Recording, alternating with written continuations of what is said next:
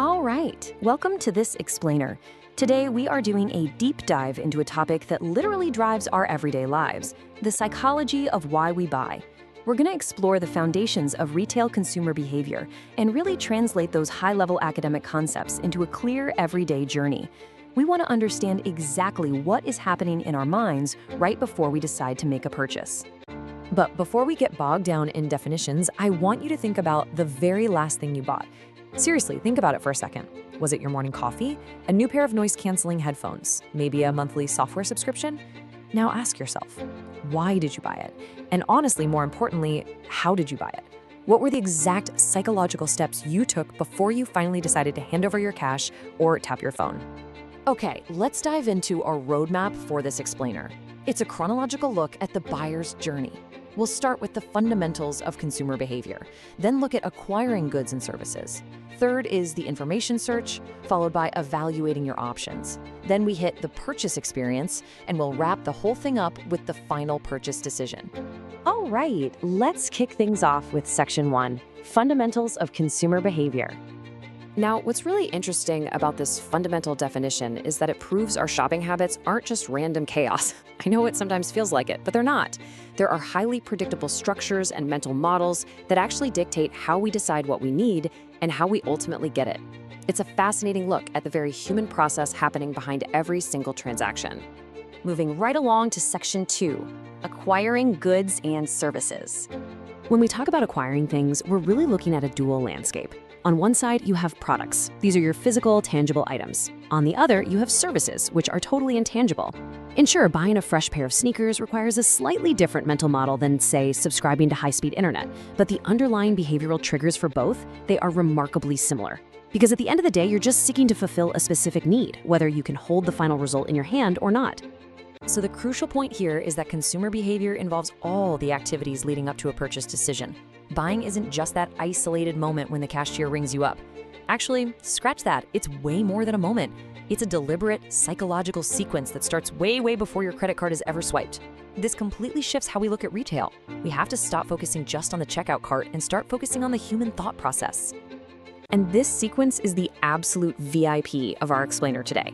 It forms the chronological backbone of the buyer's journey. Step 1, the information search. Step 2, evaluating those goods and services. And Step 3, navigating the payment methods and purchase experience.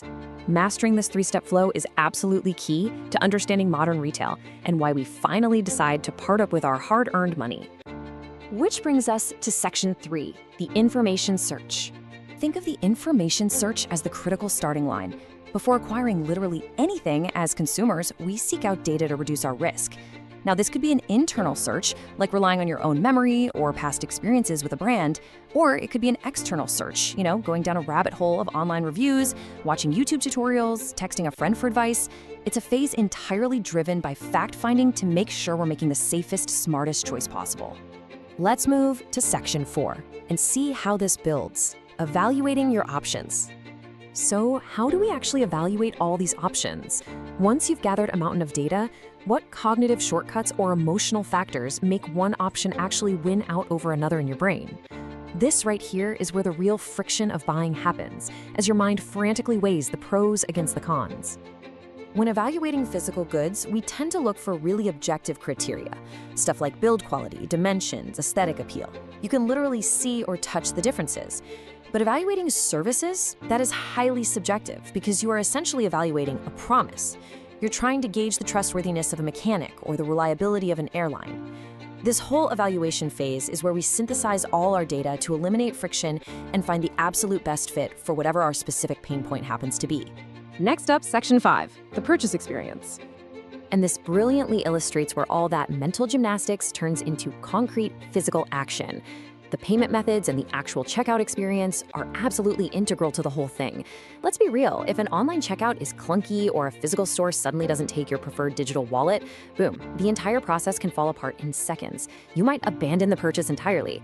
The final acquisition heavily hinges on how seamless and secure this exact experience feels to the buyer. Finally, Section 6, the final purchase decision.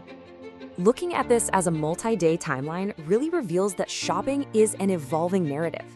Day 1 is purely driven by curiosity and need. That's when the information search kicks off.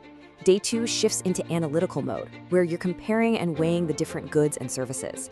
And by day 3, it's all about execution, removing friction to finalize the payment and make the purchase.